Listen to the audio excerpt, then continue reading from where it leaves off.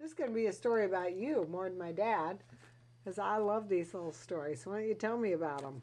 Okay. Gino's Bar, Well, the pool action spot in Vegas. I'm going to tell you my life. I won't get in a sequence, but I'm going to start off early. You got me going? I gotcha. When I was 4 years old, I was in the Guskies orphanage. And it was during the Depression. I got nothing against my mother and father at that time because times were tough. My father was selling apples on a horse and wagon.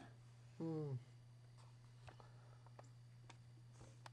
And when I was in the orphanage, we had the baseball cards with the gum, with the players. And we used to twirl them. And if whoever you were playing got 6 of them up of the pictures of the players, and then I twirled them, and I twirled 6 with the players up, I got to keep his 5 players. So I had, at one time, I had probably had every picture card of the baseball players in my possession. That's awesome. Too bad I didn't save them, because they'd been worth a fortune today.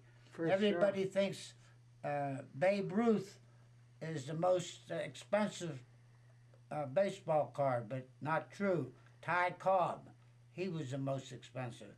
Now there was a guy named Rip Sewell that pitched the blooper ball for Pittsburgh, and it would go straight up in the air and come down. It's like a little lob, and all the batters, they'd take chewing tobacco and spit it at it.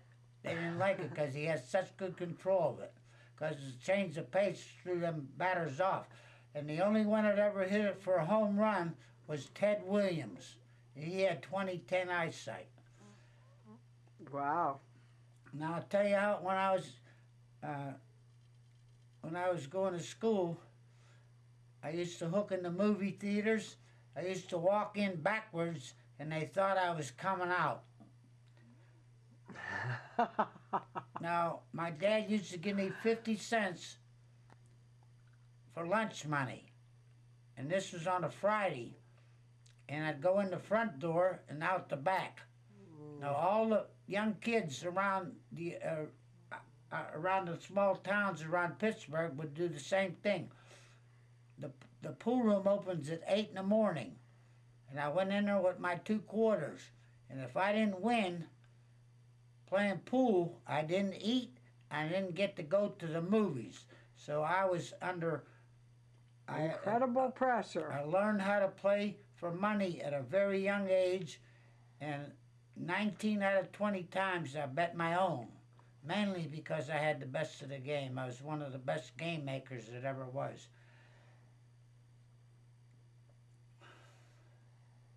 Oh, after I got through playing pool, I'd go to the fruit stand and steal lemons off the fruit stand. And then at the movies, they had a movie and a live band. And when the live band come on, we'd sit in the front seat and suck on them lemons. And when they tried to play their instruments, their lips would pucker up. They couldn't play their instruments, and the ushers used to chase us all over the pool, all over the theater. You're funny. Okay, we're on video. I'll get your address. I'll mail you a copy. Yeah, all right. It'd be nice history for you.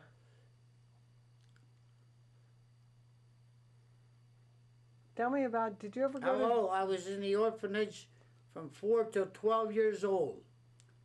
And me and this other kid, Leo Procheski, we knew where every apple tree, every pear tree, every peach tree, and every grapevine was within a 3-mile radius of the orphanage. And we never went hungry. We had our locker full of food. Can you tell me some stories about my dad? Because I see my battery powers, I got to go recharge. Well, Weenie Beanie was probably one of the best hustlers that ever lived. He trapped me in a game, and I was sober. He said, the loser says when to quit. Right. Now, he was a long was the distance rule. man. He was a long distance, play long distance. And Marcel Camp was betting on me. He got 30 games up at one time. I was 30 games up. And when he seen I was weakening, he quit betting. And when I got even, naturally I quit. I couldn't stand up. Weenie Beanie was ready to go. He wanted to play some more. And that was the end of it.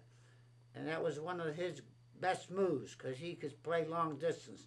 And Marcel Camp was the only winner of the He's the one who spotted everybody. Hey, what game were you playing? Playing 9-ball. That was my best game when I was growing up. Now 8-ball is by far the best because it's on the bar table because there's a lot of moves involved. I've had people give me the 7 and 9 and rob me, couldn't beat me even playing 8-ball because it's like playing chess.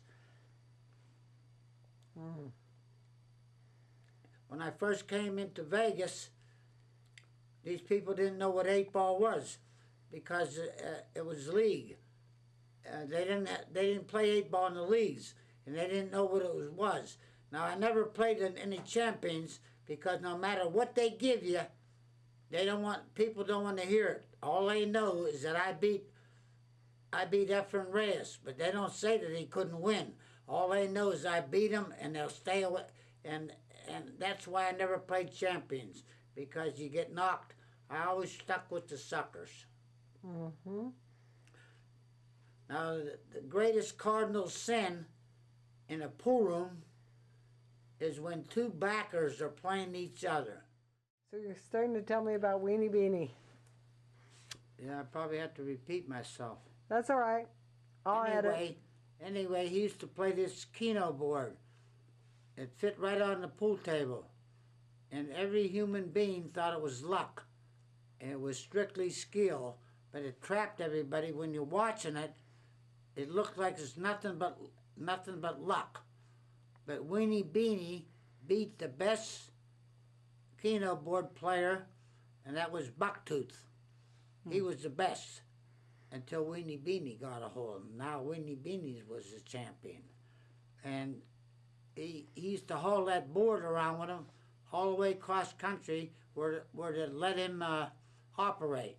He usually cut in the owner, give him a piece of the action, which was okay.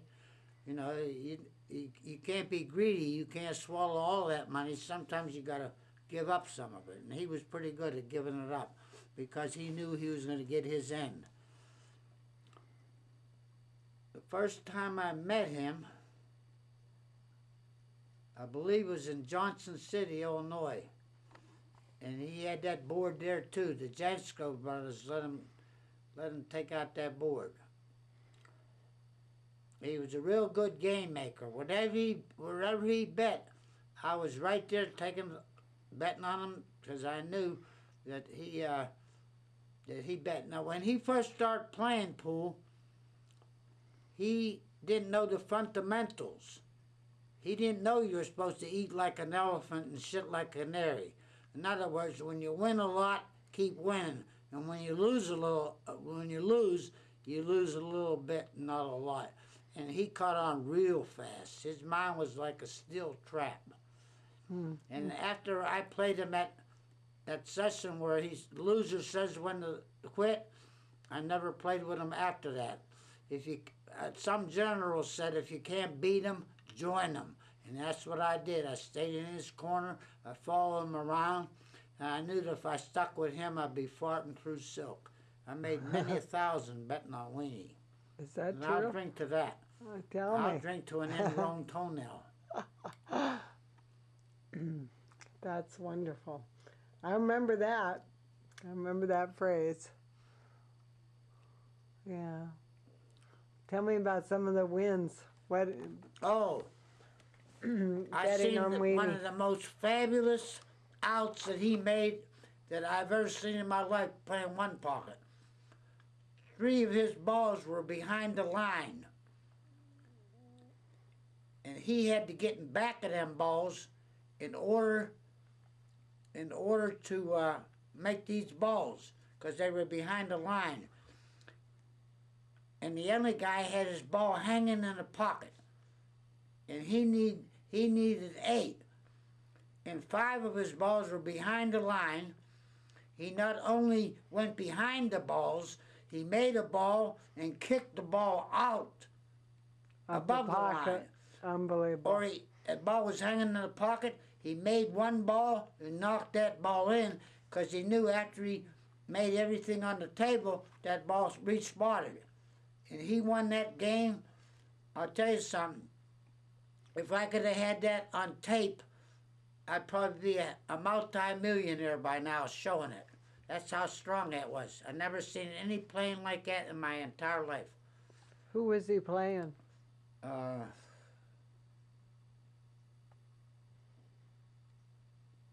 tell you the truth, I can't remember.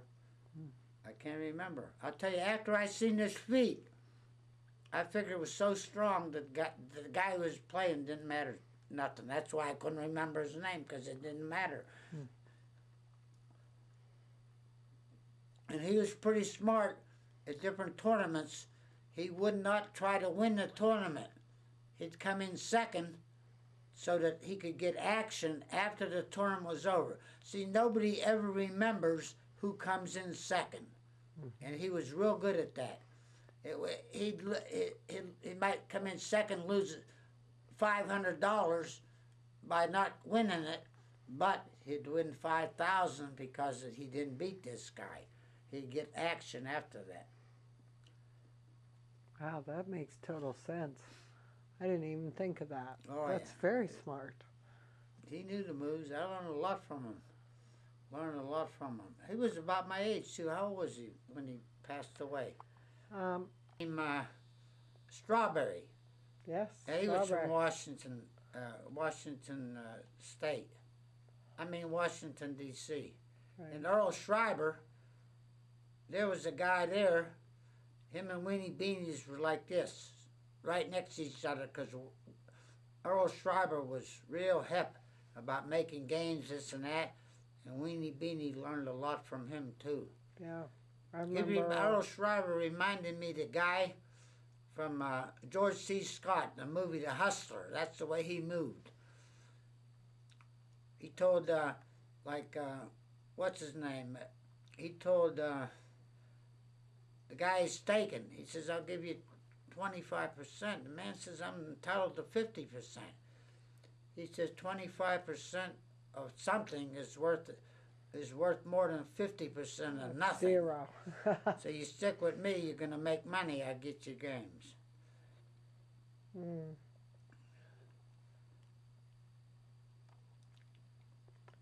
With his hand. He didn't use powder. He rubbed his hands with his pants, and it was like, I don't know what it was. It was like a little static in there from under his hands, and he did that very often, and I think that was like a plus for him. I never did ask him why he did that, but I kind of figured it out myself later on in years. A little static, huh? Yeah.